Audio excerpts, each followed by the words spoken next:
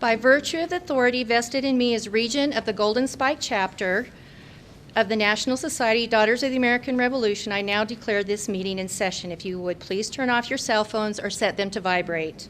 Will you all please rise and remain standing until after the singing of the first stanza of the national anthem. DAR's opening ritual starts on page 1 of your yearbook, or it's on page 2 of the printed rituals. Vicki Matson, Chaplain Pro Tem, will lead us.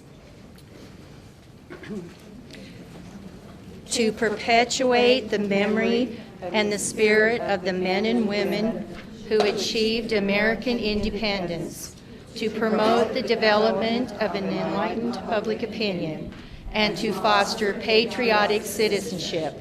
These are the objectives of our society, Daughters of the American Revolution. Keep that which is committed to thy trust. Yea, I have a goodly heritage. Thou shalt remember all the way which the Lord thy God hath led thee. Blessed is the nation whose God is the Lord. Let us pray. Our Father in heaven, we thank thee for thy continued love and presence in our lives. We ask thee to bless this chapter as we celebrate our 100 years of service to our country and to thee, and that on this National Day of Service. We ask for blessings upon our nation at this time. In thy name we pray. Amen. Amen. Thank you, Vicki. Sharon Stoker will lead us in the Pledge of Allegiance to the flag of the United States of America. Then Anita Mortimer will lead us in the American's Creed, followed by the preamble to the Constitution led by Ruth Winfield. Both are found in your program. Laura Lee Beezer will then lead us in singing the first stanza of the national anthem, which is on page 3 of your yearbook. I pledge allegiance to the flag of the United States of America and to the republic for which it stands, one nation, under God, indivisible, with liberty and justice for all.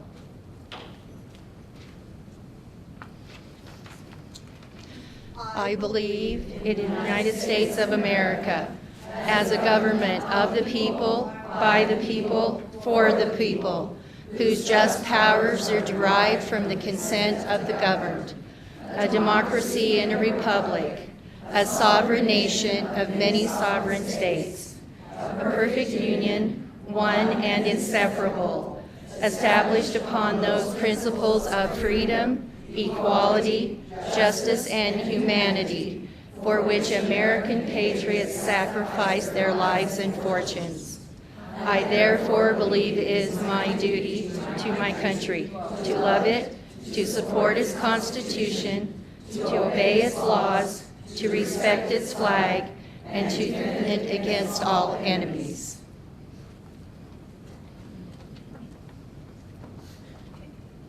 The people of the United States of America, to form a perfect union, establish justice, ensure domestic tranquility, provide for the common defense, promote the general welfare, and secure the blessings of liberty to ourselves and our posterity, do ordain and establish this Constitution of the United States of America.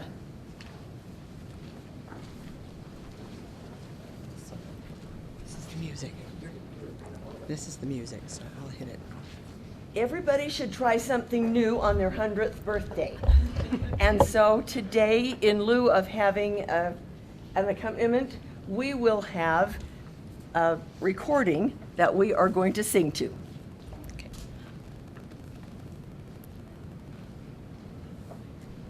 We think.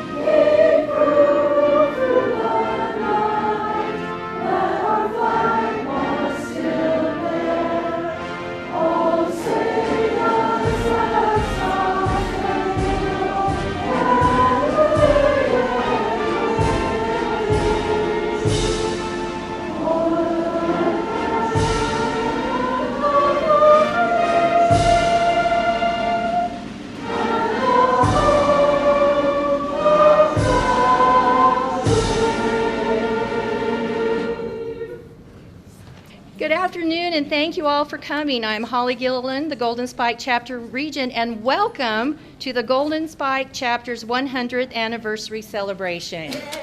All right, I'm going to do all these introductions, and let's hope I get everything right.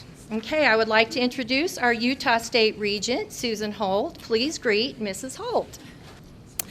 So good afternoon, everyone. I am just honored to be here today, and I am just thrilled that Golden Spike is turning 100 years today, and everybody looks fabulous. Looks fabulous. Yes, you do. So very excited to be here, and thank you so much. Thank you, Mrs. Holt. I would like to introduce the Utah State Executive Officers, if you would please stand when your name is called. Catherine Assay, First Vice Regent. Katie Madsen, Second Vice Regent. And Michelle Shreve, Corresponding Secretary. Ladies, you may now greet them. Thank you, ladies. I would like to introduce the Utah State Honorary Regents, Mrs. Ellen Pally, 1995 to 1998. Patricia Fullerton, 2006 to 2008. Cindy Toon, 2010 to 2012. And Judy Barking, 2014 to 2016. You may now greet them. Thank you, ladies.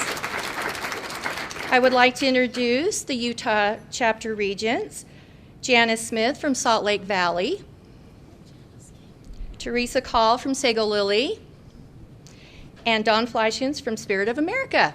You may now greet them.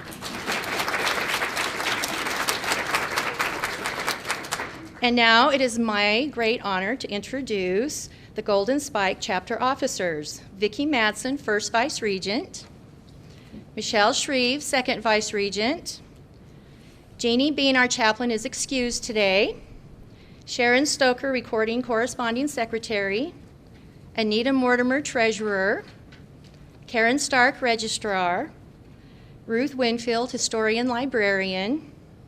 And Pat Bausman, our director, is also absent today. You may now greet the chapter officers. Thank you, ladies.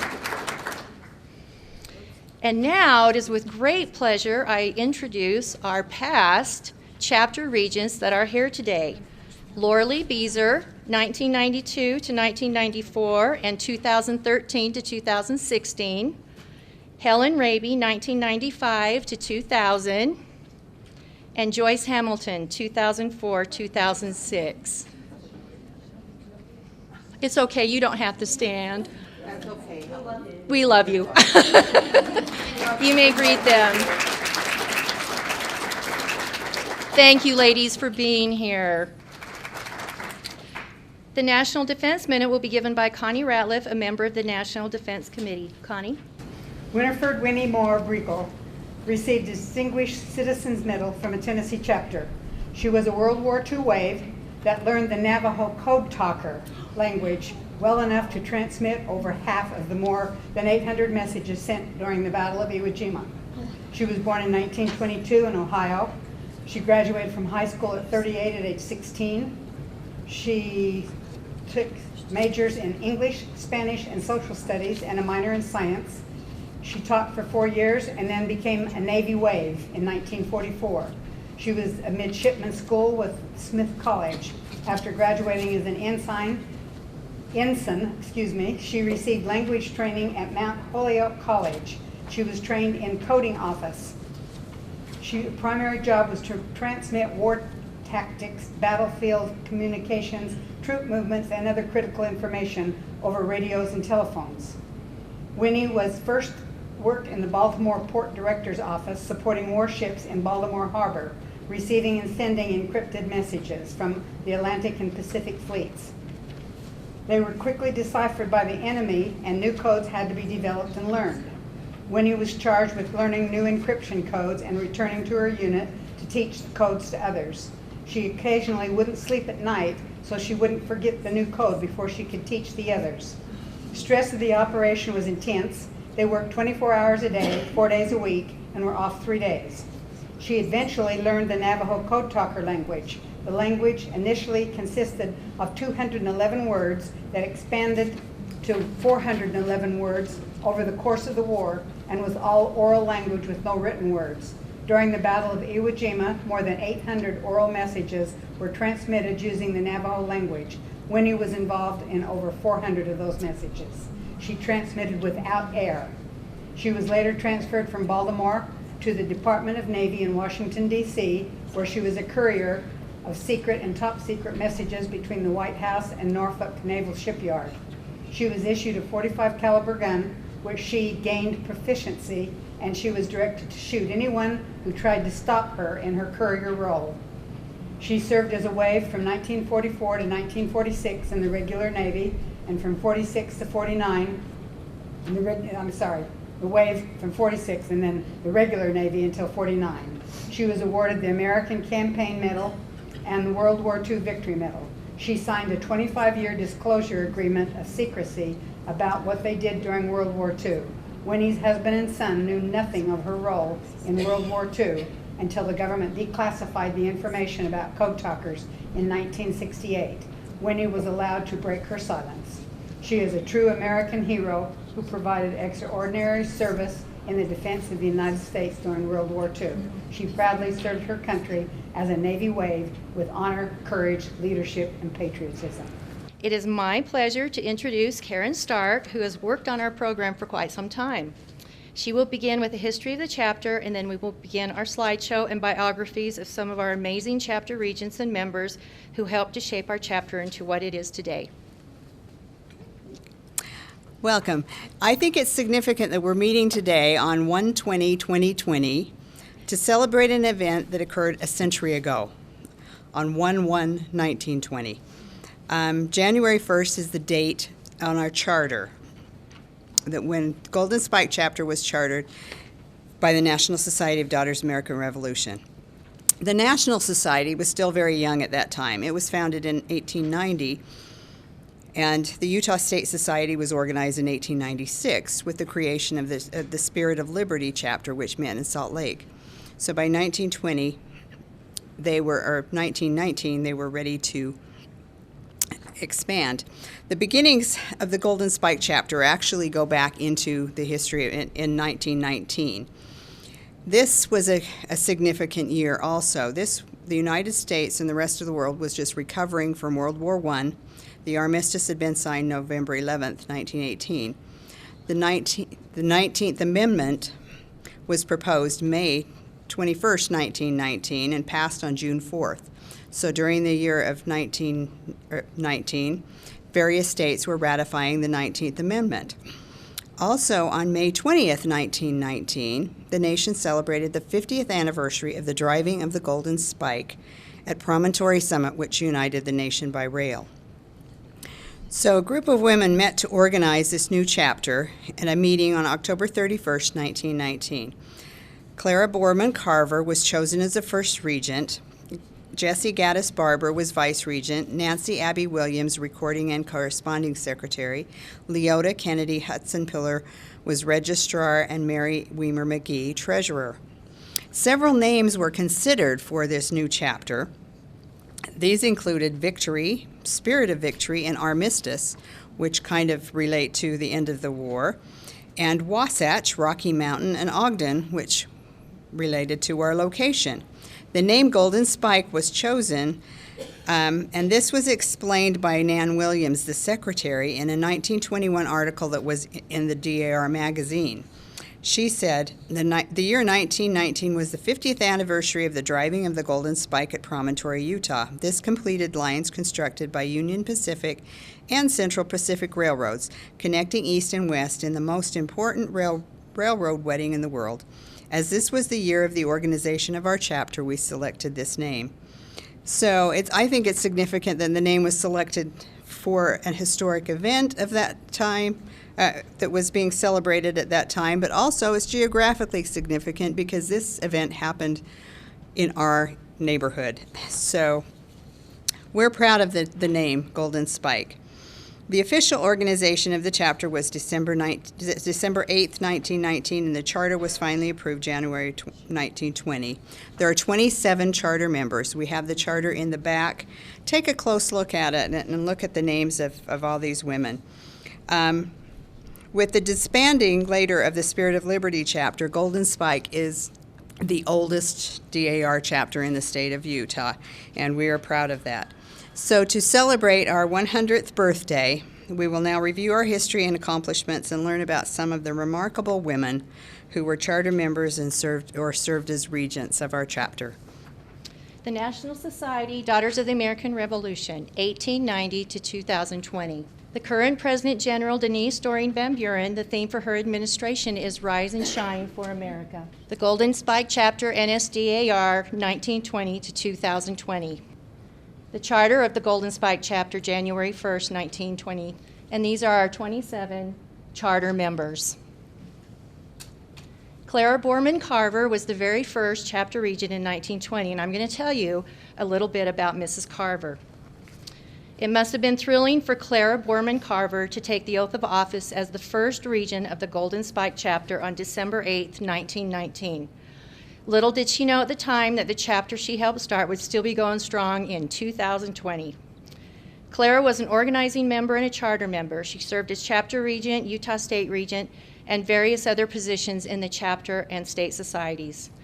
Clara was born June 19, 1874 in Beaver, Utah, to Jacob and Mary Borman. Her father was a federal judge of the Utah Territory. She attended schools in Salt Lake City and Ogden, Utah. Later attended the University of Colorado and Oberlin College in Ohio. After teaching in Ogden School, she became matron of the Dwight Indian School located at Marble, Oklahoma in the Indian Territory. In 1908, she married Dr. John Edward Carver, pastor of the First Presbyterian Church in Ogden.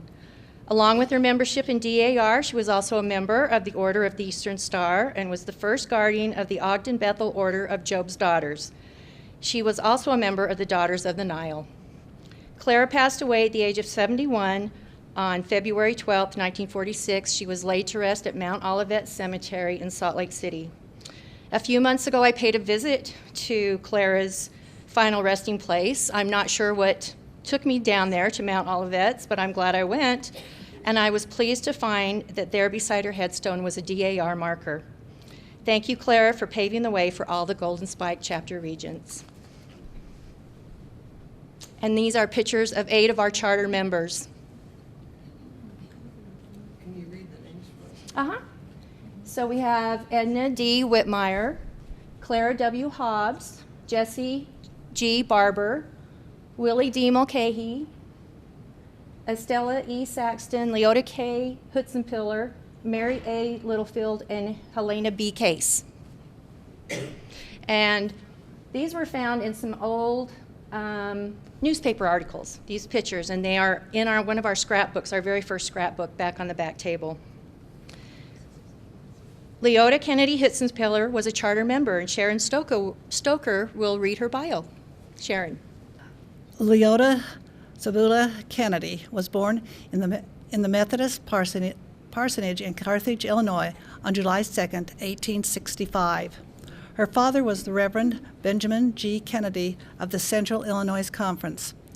When she was 3 weeks old, her father was transferred to Des Moines, Iowa. Leota attended the preparatory school at Simpson and graduated in 1888 with a BS degree. She started teaching school at the age of 16. In 1890, she came with her parents to Ogden to be a teacher in the public schools.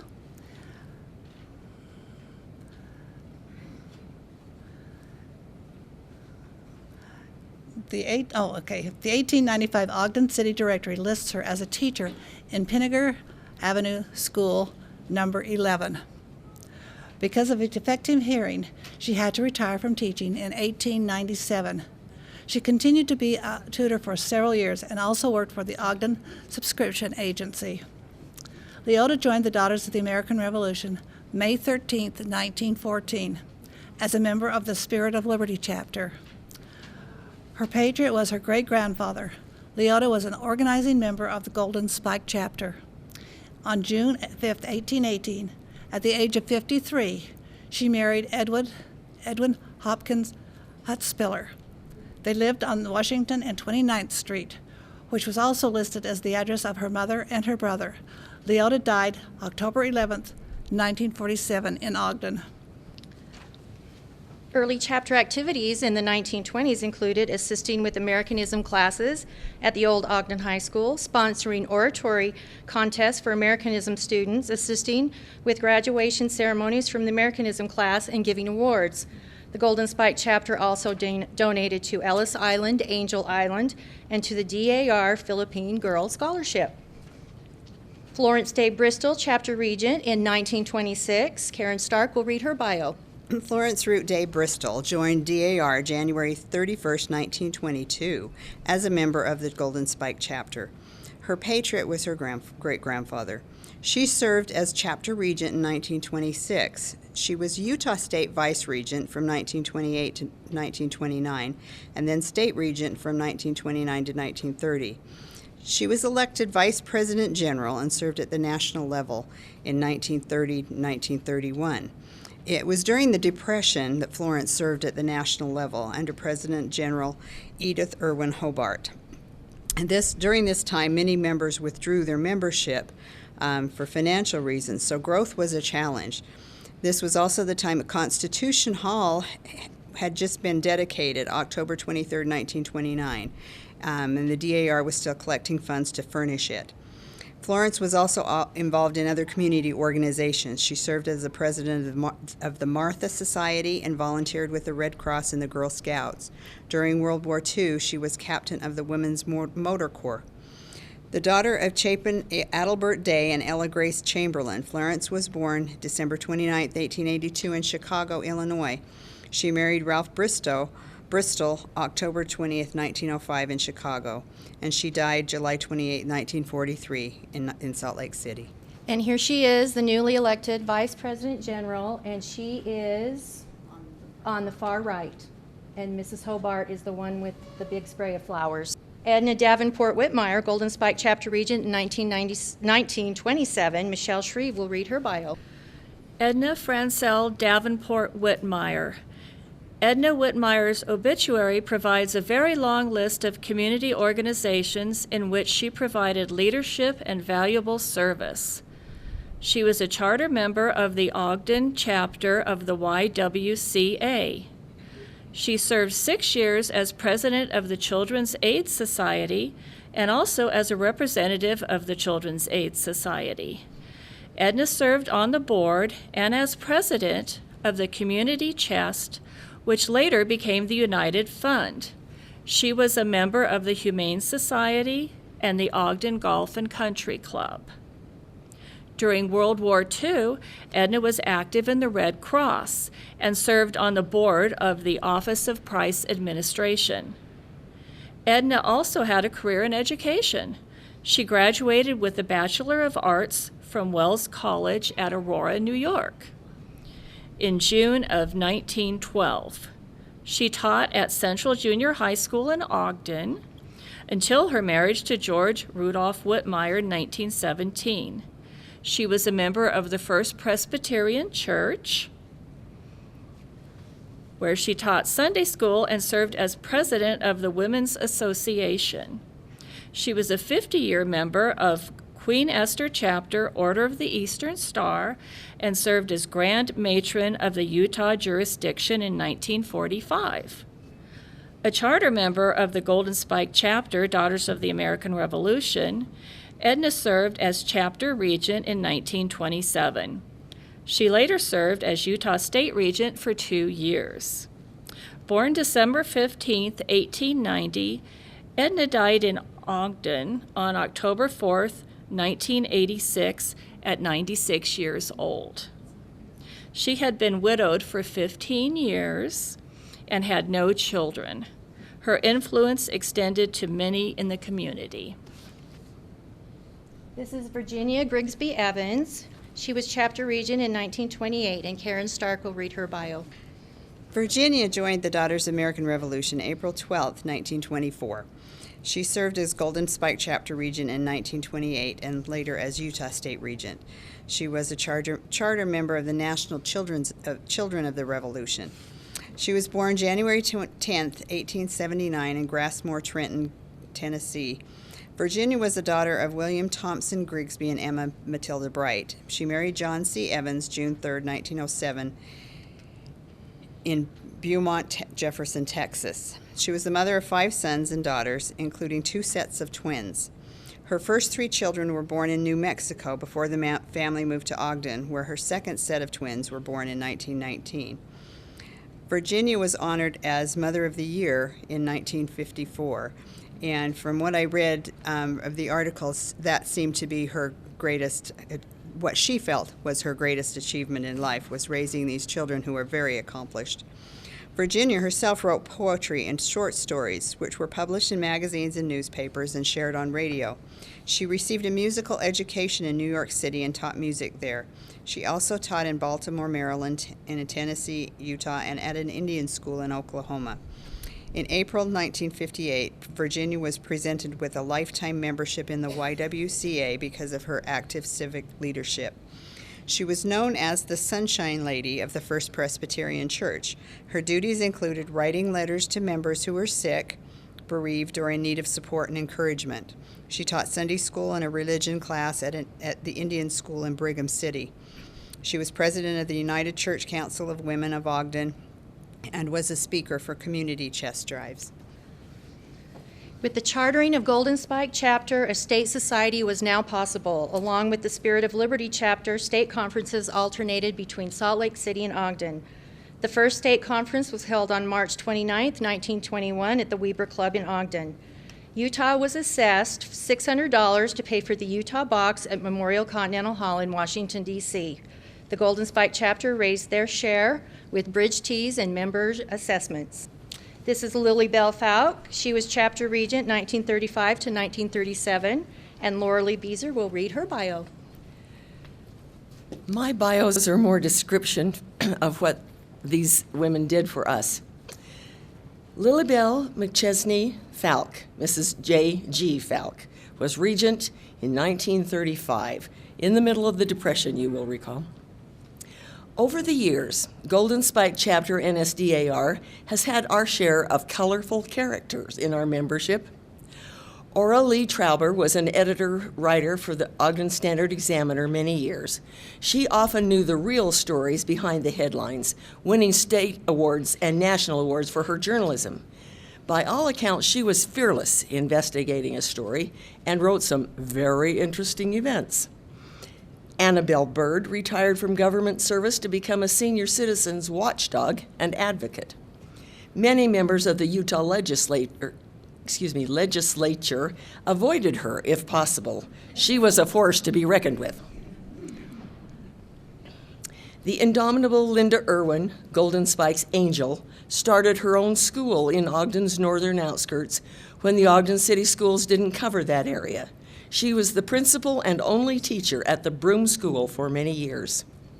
Martha Mon had a never-to-be-forgotten or duplicated personality and infectious humor. Then there was our beautiful, eccentric heiress, Claire Eccles Adams, who didn't mind ignoring conventional rules now and then and living on the edge. Sisters Clementine and Hazeltine Sims lived together after Hazeltine's husband died. Evidently, alcoholic spirits accounted for some of their wild adventures. Lilybell Falk belongs to that colorful category. A longtime member of our chapter, she was well known in Ogden for her devotion to displaying the flag. She took her position as flag chairman very seriously, encouraging merchants and banks to fly the national emblem. It was not unheard of to have Lilybell walk into an establishment carrying the flag they had been flying incorrectly and tutor them on how to display it properly. She would come back later to check on them. She was a tall woman with a very forceful personality, very hard to ignore or to dismiss. She gave flags to new citizens, scout troops, and schools. In the 1930s, Mrs. Falk encouraged Ogden City to fly the flag at polling places, something the city had not been doing. She worked on that project several years until all voting places had flags. And you will recall at that time, many of the polling places were in private homes. She was instrumental in having the flagpole erected on top of the Ogden City Municipal Building. Lily Bell gave awards to people or businesses displaying the flag correctly. On Flag Day, to see the flag she had encouraged on display gave her great satisfaction. Ogden citizens definitely knew who Mrs. J.G. Falk was, and there was no doubt she represented Golden Spike Chapter, NSDAR. In the 1920s, the application fee was only $10 and annual dues were $2. Bridge teas were held as a fun way to donate money to the chapter's treasury. In the mid-1920s, the Golden Spike Chapter was on the air with radio broadcasts. We always produced a great program. In 1924, Ogden City commemorated 100 years since Peter Skeen Ogden explored the Ogden Valley. Golden Spike decided to erect a monument to the explorer. Chapter minutes from 1925 record an autumn tea to raise funds. The tablet and monument were placed the following year. However, in the past few years, controversy has surrounded the location of the monument. This is Miss Linda Irwin. She was a charter member and the Golden Spike benefactor, and I will read her bio. Laura Lee kind of touched on her a little bit. Linda Irwin was born in Port Gibson, New York on January 1st, 1852. She was educated in the schools of that vicinity and entered the teaching profession. She came to Ogden in 1891 and began teaching in the city schools and taught until her retirement in 1926. When she started teaching school in Utah, she taught 5 days a week for $40 a month. Her school was a single room, single dipper community water bucket, pot-bellied stove of uncertain heating, and a complicated seating system. On her first day of teaching, she found crowded into her 52 pupil capacity school 97 students, ranging in ages from 6 to 15. In the 38 years as a teacher, she was never absent a day because of illness, so no snow days for those students. She had the reputation of helping students branded unteachable. Her methods were supported by parents and principals alike. Miss Irwin lived alone in a small home she bought in Ogden. After she retired, she lived in that same home surrounded by her collection of Revolutionary period relics. These artifacts were displayed in several places, including the Utah State Capitol and the Carnegie Free Library in Ogden. She donated these items to the Golden Spike Chapter when she passed away in 1941. In the 1960s, the relics were moved to the Weber State University Stewart Library Special Collections. A few years ago, our chapter had the opportunity to attend the library at a special meeting and view these artifacts. Ms. Irwin also left our chapter a quarter of her estate in 1941. Invested and managed wisely, its interest put the chapter on financial footing. In conjunction with our 100th year anniversary, the Golden Spike Chapter donated $1,000 to the Weber State University Veterans Support Program in memory of Linda Irwin. This money will be used to help women veterans that attend the university. Miss Irwin's legacy lives on. Marcia Core was chapter regent in 1959 and then again in 1961. Ruth Winfield will read her bio. Marcia Sears Core was a distinguished longtime member of the Golden Spike. Can you hear me? Good. Okay. Golden Spike Chapter of the Daughters of the American Revolution. A native Minnesota, was born April 1st, 1901, and was accepted and given her national. I'm sorry. I get started. I apologize. She was a native of Minnesota and was born April 1st, 1901, and died May 28, 2003, at the ripe age of 102. On June 5th, 1958, she was accepted and given her national number 460320.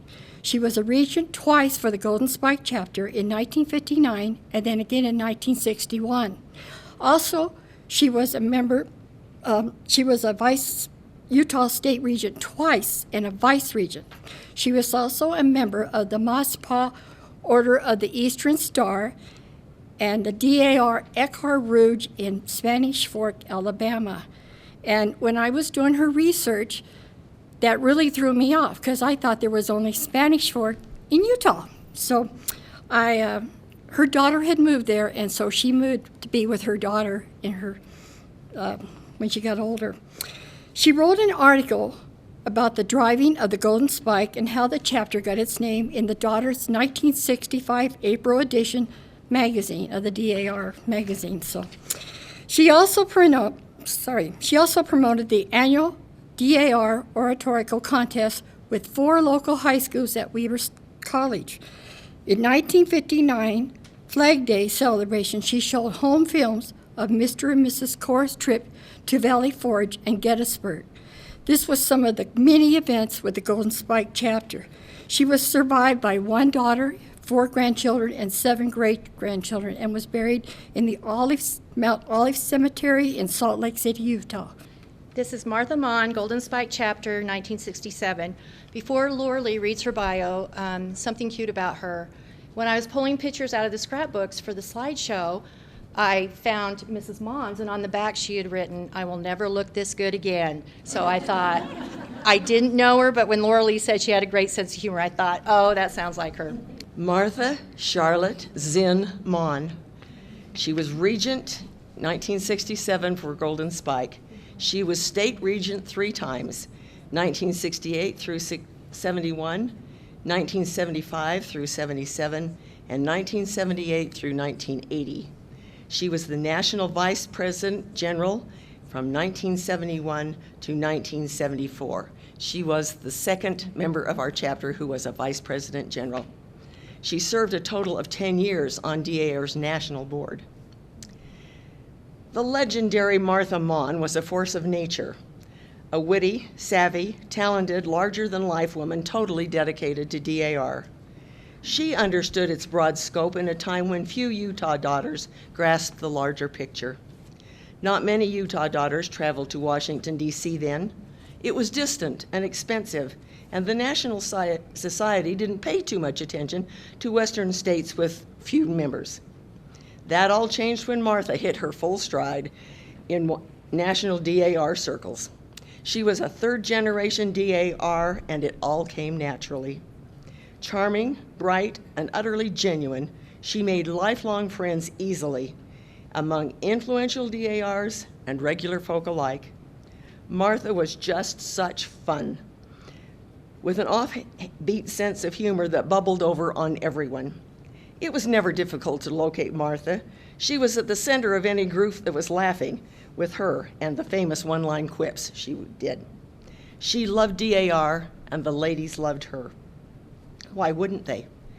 Martha was a tireless worker who built every office, committee, and chairmanship she served. She had the vision and skills to achieve her goals.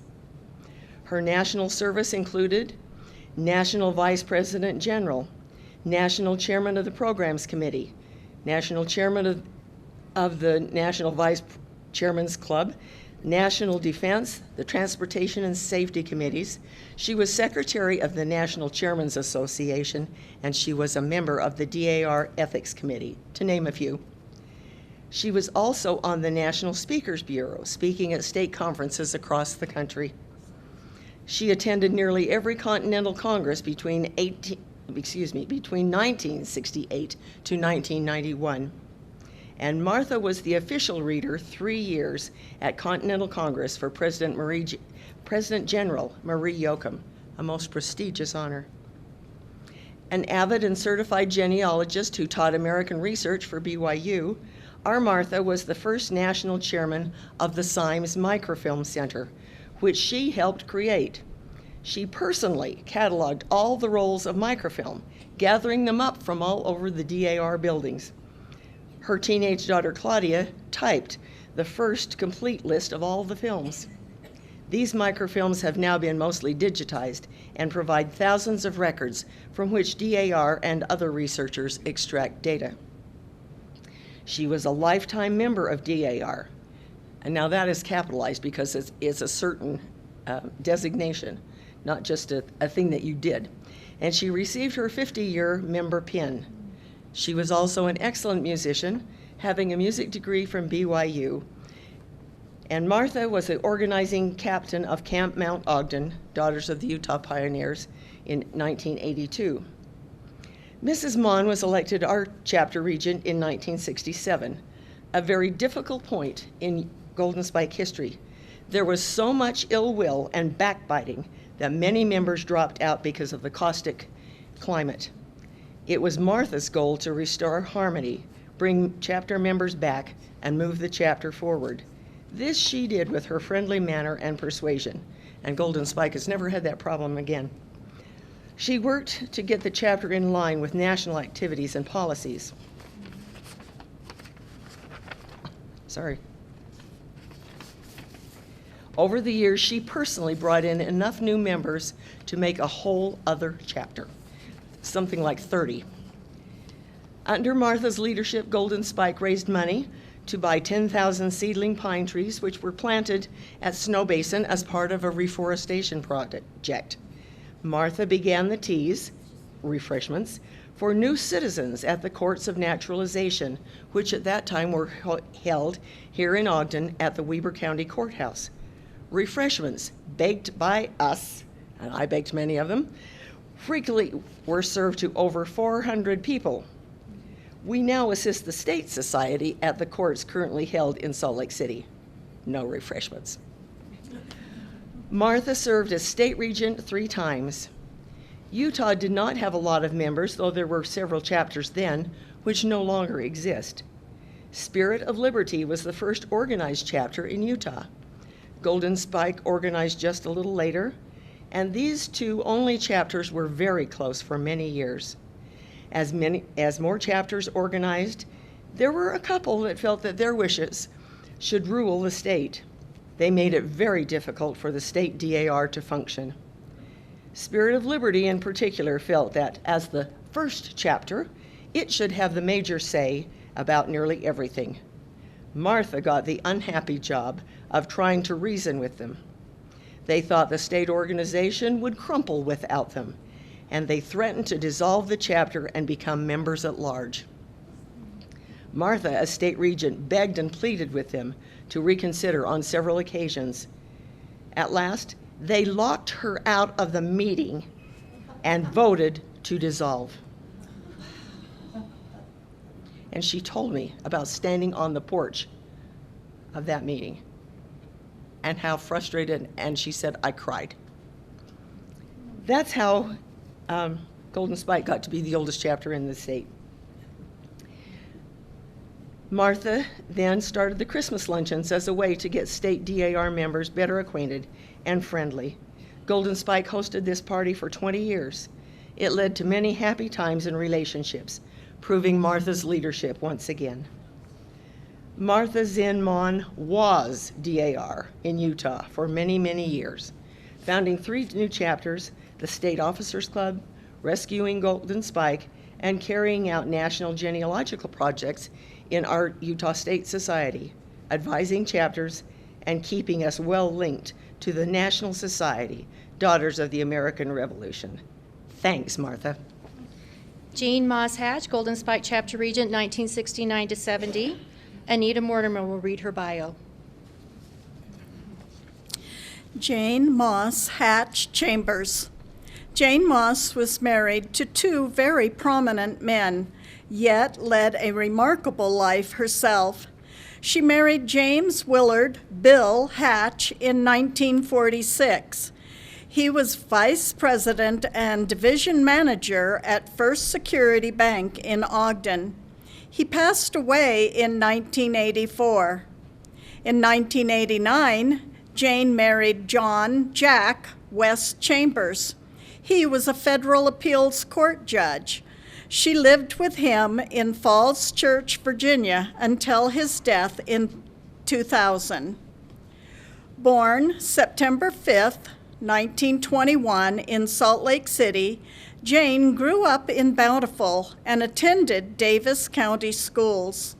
She graduated from Utah State University, where she joined the Chi Omega sorority and began a lifelong affiliation with women's organizations. She was a founding member and president of the Sharia Service Club. She also served as president of Questers Antique Club. She volunteered as a Pink Lady at the D and McKay D hospitals for over 25 years and volunteered at a deaf preschool. Her family hosted many AFS and Rotary Foreign Exchange students. Jane joined Daughters of the American Revolution in December 1964 as a member of the Golden Spike chapter. She served as regent of Golden Spike chapter in 1969 to 1970 and served as a state officer. When she moved to Virginia, she transferred to the Falls Church chapter. Jane died June 22, 2010. She was buried in the Logan City Cemetery. Jean Wade Browning, Golden Spike Chapter Regent, 1976 to 77, and then again in 1989 to 91. Ruth Winfield will read her bio. Jean Wade Browning, another distinguished member of the Golden Spike chapter of the Daughters of the American Revolution, a native Idahoan born May 10, 1921 in Pocatello, Idaho, died September 9, 1998, is buried in the Ogden City Cemetery. On April 15, 1972, she was accepted and given her national number 568194. She was a Golden Spike chapter from 1976 to 1978 and again in 1989 to 1992. She was also vice regent, librarian, historian, chaplain, American history chaplain, or chairman, and state chaplain, and worked with many years on the DAR microfilming index project. She made many contributions to the Golden Spike, serving as regent for the Nationals Bicentennial, authentic costumes, special speakers, proclamations, and community involvement.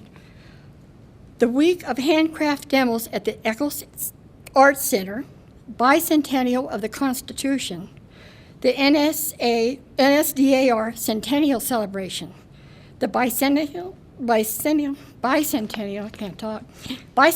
Bill of Rights was with local high schools when she was involved. She was involved in the Ellis Island Project and also a regent when she was Carrie Ann Heller, a national winner of the 5th grade American History Contest in 1990. She portrayed Abigail Adams in Treaty of Paris play, attended the Continental Congress twice, plus she was Daughters of the Utah Pioneers. She organized Camp Browning events. She was a lecturer for the Cancer Society. She was president of the Coordinate Club and the Book Review Club, so she was a very busy lady. Mary Peterson Urie, Golden Spike Chapter Regent, 1980 to 1985. Vicki Madsen will read her bio. Her first name was Elva, which is our mother's name, Doreen and I's mother's name, so I thought that was very appropriate that I talk about her today. Mary Urie was born September 4th, 1925 in Millard County and grew up in Arizona and Riverton. While living and attending school in Cedar City, Mary hosted the Children's Hour on the KSUB radio from September 1947 through May 1948. She met Herschel Urie, who worked for the radio station, and married him on November 24, 1947.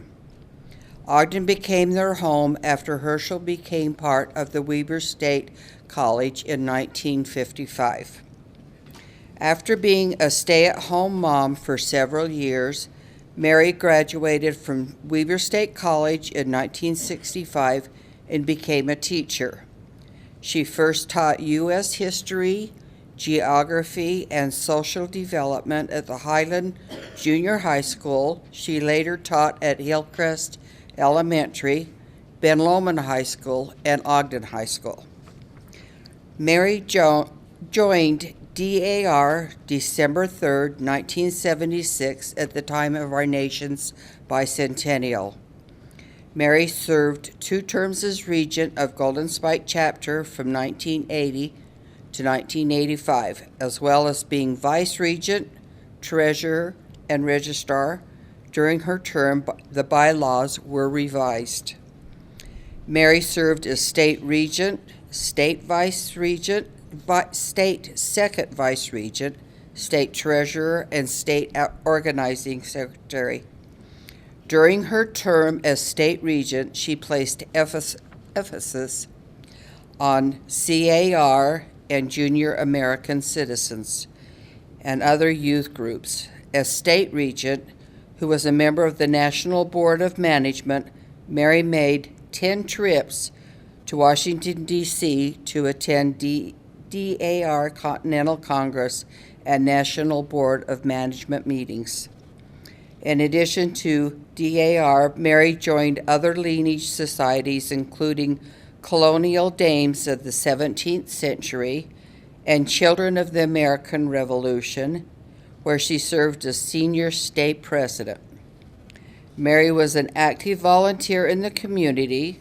She volunteered at the Juvenile Court, Utah State Committee on Children and Youth, Ogden City Schools, Vocational Advisory Council, Ogden Community Action Committee, Weber County Juvenile Detention Home Advisory Committee, 1965 to 1969, and the Ogden Police Advisory Council. She served the PTA on a local and regional level. Mary was a member and officer of the Delta Kappa Gamma, a professional organization for women educators. She was involved with the Weber State University Faculty Women. She was district chairman and served 14 years for Primary Children's Medical Center, Pennies by the Inch. Mary was active in the Weber County Republican Party beginning in 1958, where she served in many capacities, from voting district chairman and secretary, legislative district vice chairman, county executive committee, registration agent, judge of elections, and delegate to the county and state conventions. Mary passed away May 1st, 2013, at the age of 87. These photos show some of our chapter regents at Continental Congress. 1977, Regent Elizabeth Stewart is seen at a DAR luncheon.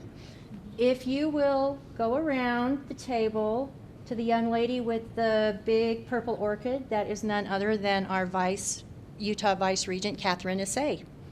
And she was a page at the time.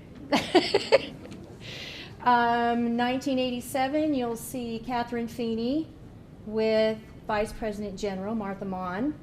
1992, Chapter Regent Laura Lee Beezer with Mrs. Mary Urey, who was State Regent. And then this one, I am with the Utah State Regent Susan Holt, Catherine Assay, and Debbie Hoyt.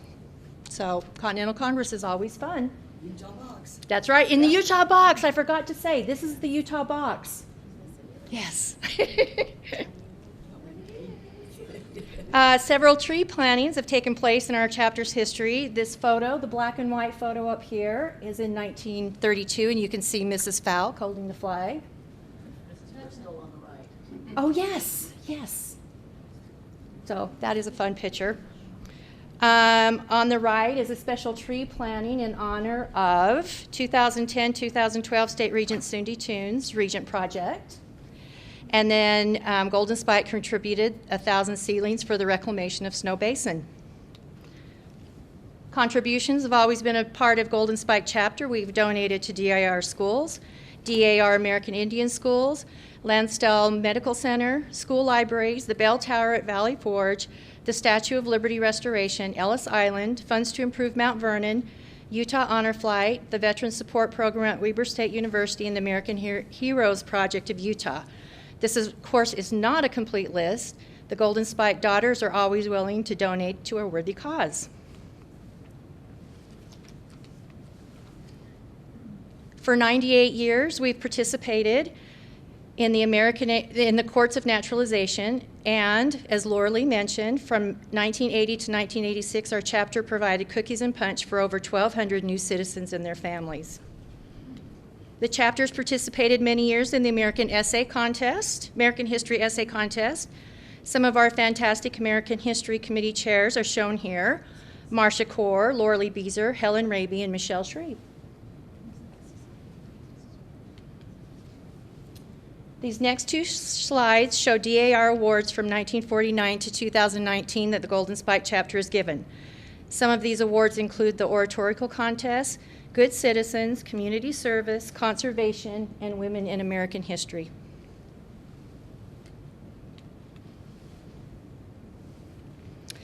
Daughters of the American Revolution honor the military deeds and sacrifices of their revolutionary forebears, the basis of our society. DAR has always supported troops and their families. Golden Spike, like other chapters, has done its part.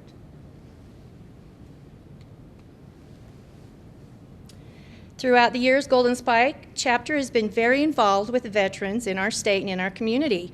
In 2009, we were able to sponsor a room in the George E. Wallen Veterans Nursing Home in Ogden. We have made numerous donations throughout the years to the home.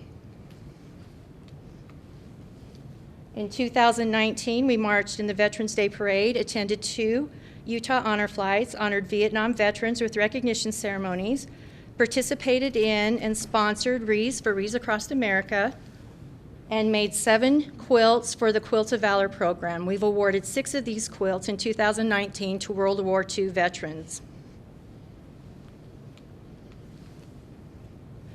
Under the direction of the 2016 to 2018 Chapter Regent Pat Bousman, we were honored to sponsor a special projects grant which went toward the refurbishing of the Doughboy Monument in Ogden City Cemetery. He was rededicated in November 2018. And where would we be without our wonderful committees and committee chairs? I would like to personally thank all the Golden Spike Chapter committee chairs and members for their dedication to our chapter. And these are some of our amazing chapter regents through the years.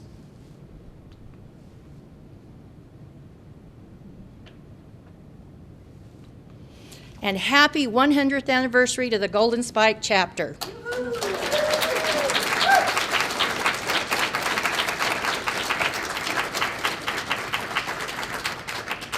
Okay, we are very excited and honored to have the 2018-2020 State Regent Susan Holt as our special guest speaker. So I will turn the time over to her, Mrs. Holt. Isn't it fun to go through history? I think it's just so fun. This week I've had the honor of going through some of Golden Spike's history as well as our National Society's history. So we're going to talk about some very interesting facts that I thought you guys would enjoy today. So when Holly asked me to come today and speak, she asked me to talk about organizing chapters. I was like, okay. That is something that I'm very passionate about for our state society, but I wanted to talk about the history of organizing chapters. So the National Society has been organizing chapters since its founding on October 11th, 1890. Many of the fundamental principles of how a chapter is organized have remained consistent throughout the National Society's history, but several questions can be put forth. What are the similarities between the early years of NSDAR and the present process of organizing, and what are the differences? To answer these questions, we must travel back in time to the beginning, to October 11th, 1890.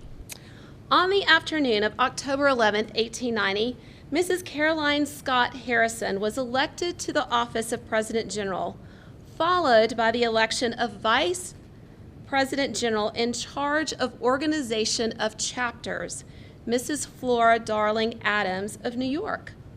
With this position, Mrs. Darling was in essence second in command. Quote, "The assignment given to her was of prime importance, to go out and recruit members for a new and unknown society, organize chapters, give the organization recognized standing, chart a course on an uncharted sea, end quote. This is according to the DAR, An Informal History by Martha Strayer. Mrs. Darling had a dynamic personality with a wide circle of social contacts. She was both enthusiastic and successful in her mission assigned to her. She wrote letters, she called on friends, distributed blank applications, and placed notices in the newspaper stating application would be sent to Eugenia Washington, the Registrar General. Her organizing technique was based on the appointment of a prominent lady as chapter regent, allowing her free rein in recruiting eligible members. She served as vice president in charge of organization for 8 months and encouraged the lineal descent requirement for membership. Unfortunately, Mrs. Darling resigned her membership in the National Society following a dispute over collateral versus lineal descent among the 4 founders and organizers. It was quite interesting to read this little scuff that happened between Mrs. Darling and our founders. Apparently she had left to go to Canada, and they, quote, expelled her from the National Society. And when she got word in Canada that she had been expelled, she said, no, no, no, I resign. She is shown in our records as she has resigned.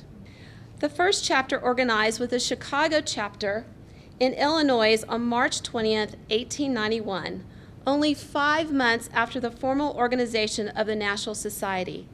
Subsequently, during 1891, 11 chapters were organized. At the meeting of the National Board of Management on October 7, 1891, Mrs. Henry V. Boynton was elected to fill the office of Vice President General in charge of organization, with Mrs. A. Leo Knott and Mrs. John W. Foster continuing to assist her as a committee. She was reelected at the Congress of 1892 and at the Congress of 1893 for 6 months, to which her period of eligibility was limited by the law adopted on May 26, 1891 at Congress. Special credit was accorded to Mrs. Boynton at the first Congress, February 22, 1892, for the efficient manner in which she organized chapters. 29 chapters were organized in 1892 and 43 chapters in 1893. Mrs. Boynton was meticulous about detail and established the triple bond between chapter, state, and the National Society. 9 Vice President General in charge of organization of chapters were elected prior to 1912, when the title was changed to Organizing Secretary General. For the Van Buren administration, Virginia Sebastian Storage currently serves as the Organizing Secretary General. Mrs. Storage oversees the staff of the Organizing Secretary's office.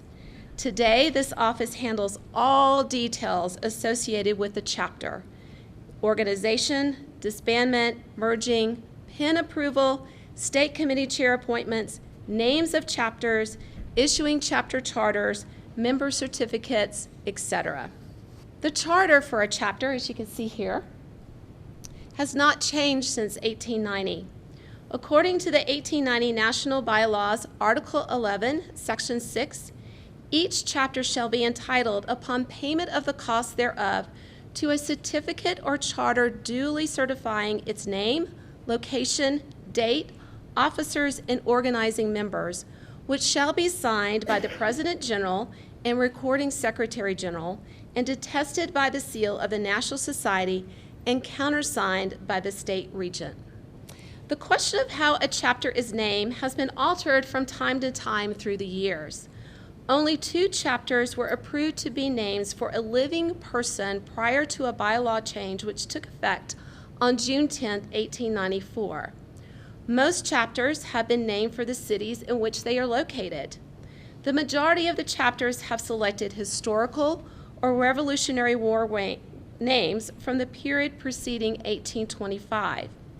Because this requirement seemed discriminatory and a handicap to some of the western states which did not join the Union until after 1850 or later, The NSDAR bylaws were amended in 1985 to read, quote, "Chapters located in states admitted to the Union after 1825 may be named for territorial historic events, geographic sites, or names of prominent area pioneers," end quote.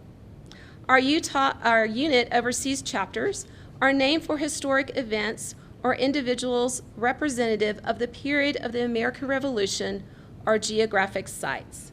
Here on the slide, you can see some of the examples that I picked up.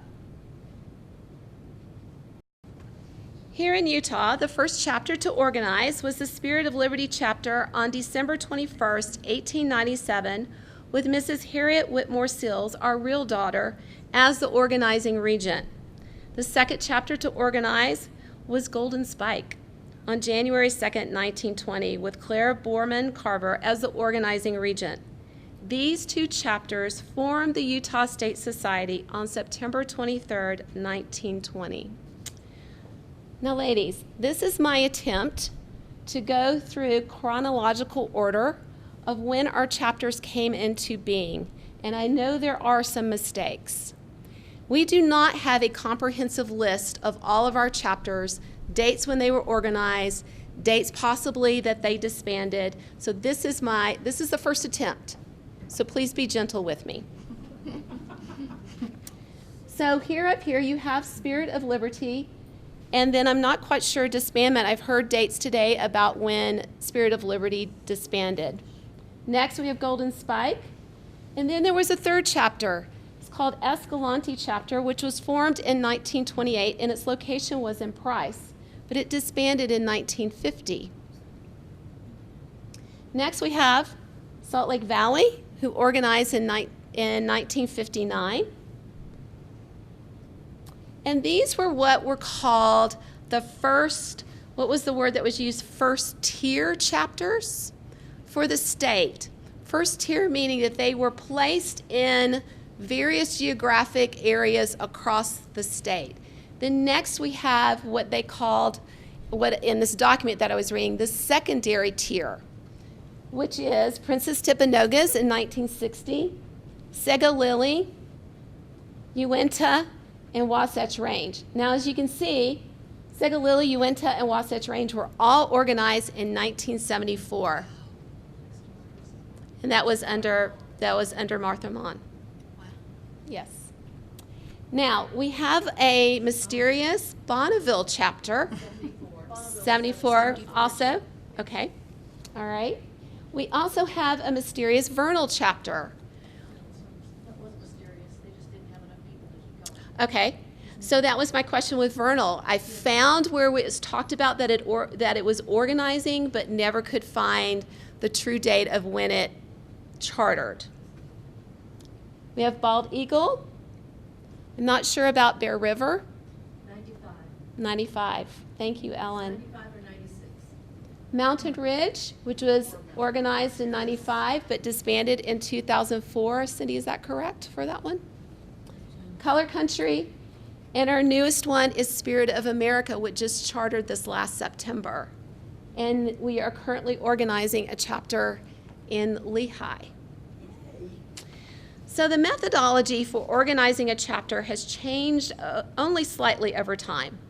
Population centers remain the primary focus for the investigation of forming a new chapter, local recruitment of eligible members, utilizing social network of friends, family and coworkers which live in the designated area, advertising via print and media, and now social media platforms, inviting potential members to DAR-sponsored events and activities, naming organizing chapter officers, and submitting a chapter name, very similar to what they did in the beginning. Our founders and organizers understood the need to reach deep and wide into local communities to find and band together women who want to celebrate their patriotic lineage and support through community service the mission objectives of the National Society, which are historical preservation, patriotism, and education. Today, the goal of the National Society is to continue this legacy of organization and support state societies in their efforts to ensure chapters are placed where membership can thrive.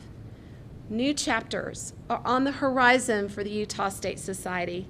These are exciting times, ladies. Thank you very much. Okay, in honor of the 150th anniversary of the Transcontinental Railroad and the driving of the Golden Spike at Promontory Point, Utah, this book was published last year, and since we kind of think as Golden Spike as our namesake, whatever, I would like to present that to you and also our centennial pin.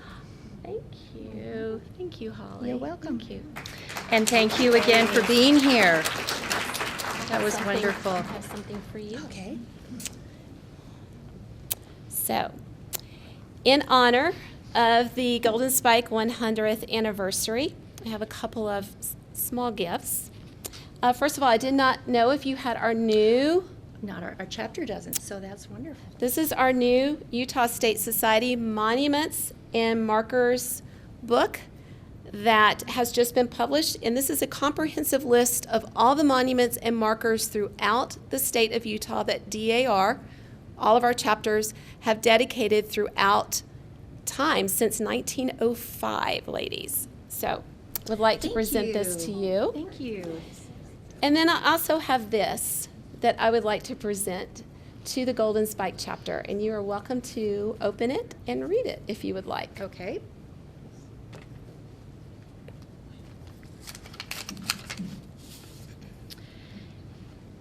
Members of the Golden Spike chapter, in recognition of the chapter's 100th anniversary, the Utah State Regent Susan Holt, 2018 to 2020, has sponsored a seat. Oh my goodness. A seat inside Constitution Hall in honor of the Golden Spike chapter. An inscription commemorating this gift will be placed on the donor wall associated with the Next Act, President General Denise Van Buren's national project. Please accept this gift as a reminder of the outstanding members, past and present, who have made the Golden Spike chapter a tremendous success. Best wishes for another 100 fabulous years. Susan H. Holt, Utah State Regent. Oh my gosh, thank you. That is amazing. Oh my gosh, that's amazing. Well, it's just a little something. Oh, that is an amazing gift. Thank you so much. And thank you for that wonderful presentation. And I'd like to thank all those who participated on our program. Mrs. Holt, as always, you're wonderful. Thank you, Karen, for all the work you did. For all of our readers, thank you very much. Thank you to our hostesses, Vicki and myself. And I just don't, well, yeah, whatever. And thank you to all of our honored guests who came here to share with us today, and a special thanks to all of our wonderful Golden Spike daughters. This meeting stands adjourned. Thank you.